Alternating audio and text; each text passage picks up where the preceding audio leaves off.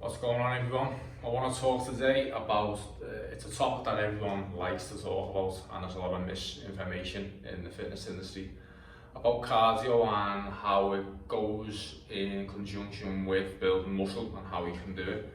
Now you have two camps. You have the camp which says that cardio kills your gains and you can't do cardio, or you're not going to be able to build any muscle whatsoever. And then there's the other camp who will just do cardio 7 days a week, run themselves into the ground, and then they don't end up building muscle. So I want to talk about how we can implement cardio and the benefits of cardio. Okay, so first thing, with cardio, it's very similar to everything when it comes to training. The devil is in the dose. Now the key, you don't want to overdo your cardio.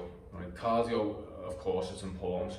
But as I said in that example, if you're doing 7 days of cardio and you're doing, let's say, 7 1-hour runs, so an hour run each day, 7 days a week, that's going to be too much, okay? Your body can only recover from so much, especially with your weightlifting. So you need to understand your body has limited recovery capabilities. So running yourself into the ground like that, you're burning the candle at both ends. So the devil is in the dose. Now, if we are going to do cardio as well, we want to do less invasive methods on the body, so things that are not going to stress the nervous system and beat the joints up as much as other things. So let me give you 2 examples of different types of cardio. So number 1, you could have something like an assault bike. You could have 10 minutes on the assault bike, 1 minute on, 1 minute off, high intensity, then followed by a minute of recovery. That would take 10 minutes in total. That is not going to be invasive on the body.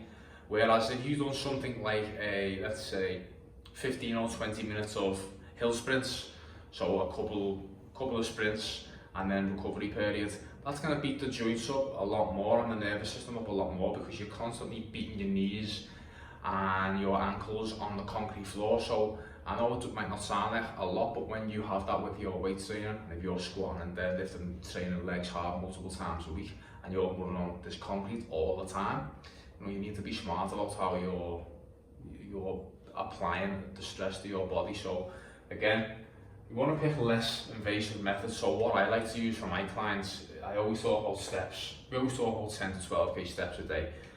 Everyone talks about it, but why is it so good? Again, it doesn't beat the joints up. It's a great way to get into some cardio work. It actually improves recovery as well. So less invasive on the body. You're actually going to be able to recover from it. Things like, as I said, the assault bike. It's not invasive. It's easy to recover from. Things like the prowler. You have the prowler. You can push the prowler. You can pull a sled.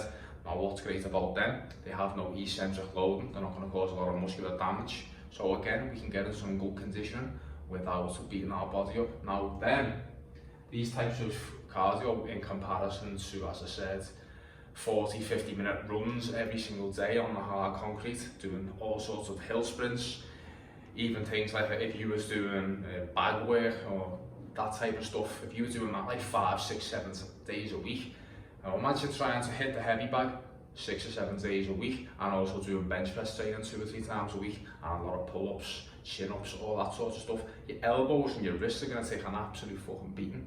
So again, the devil is in the dose. So what would I recommend for cardio for someone?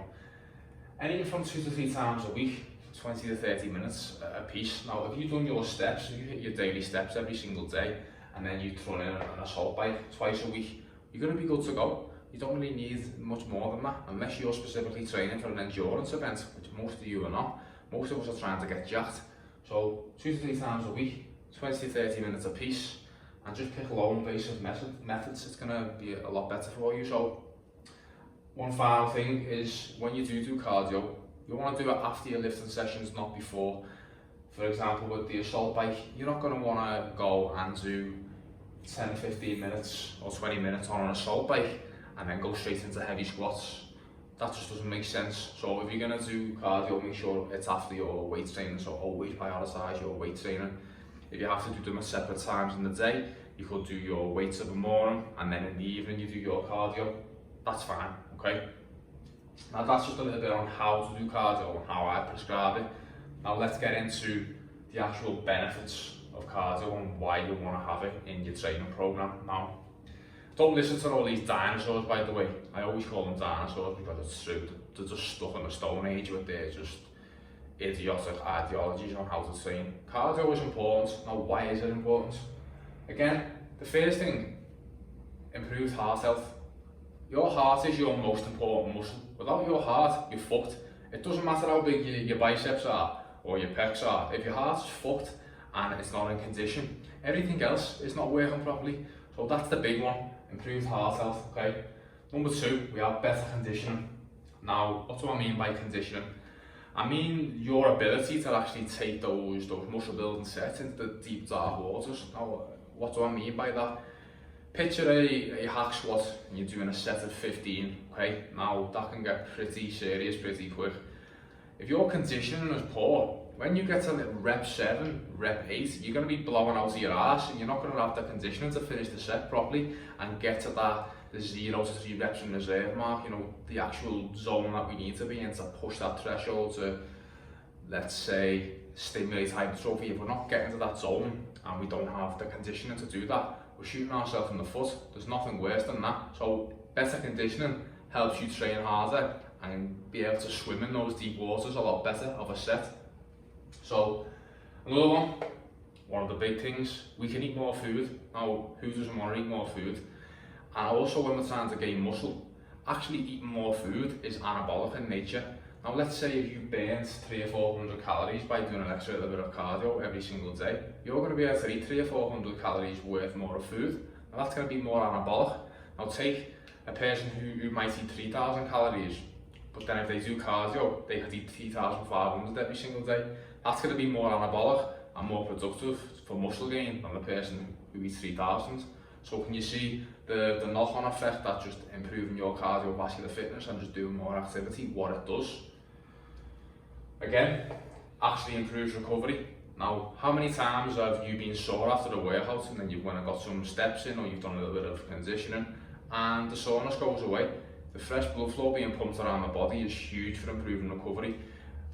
We recover faster and we can get in the gym and train harder again and hit the body or the muscle group with an overloading session. If we just train 3 or 4 days a week and we sit on the couch and don't move, again, we're potentially missing out on extra gains if we recovered faster and we can get in the gym and hit it again and go again. So cardio improves that, so you can actually get in the gym and hit your body with more stress, so it can then make the adaptations grow bigger and stronger and we go again, okay? And just one of the final things, it's just the mental benefits of it. When I was talking about the different types of cardio, you can even add in something like a pick-up game of basketball or something like that, something that you enjoy, playing frisbee or catch, whatever, anything like that, something that's fun. Now the mental benefits of doing something like that, instead of always being stuck in your box in the gym and not moving in different planes, and you know, like us as humans, we're meant to move. We're not just meant to just be stuck on a bench press and a squat and a deadlift. We're meant to move in different movement patterns. That's the way we are built. So it provides some mental benefits as well as just getting out and moving in a different plane of motion. It makes a big difference, just instead of being some big stiff idiot who can't move. So that's just a little bit on cardio. You know, so there's probably going to be some questions that you might have. So any questions on this or anything you want me to talk about again in the future, just let me know. But just understand that cardio doesn't kill your gains. It's just the devil is in the dose, okay? So just make sure that you're not overdoing cardio, but it has a place in a program if you're trying to build muscle, okay? Talk to you all soon.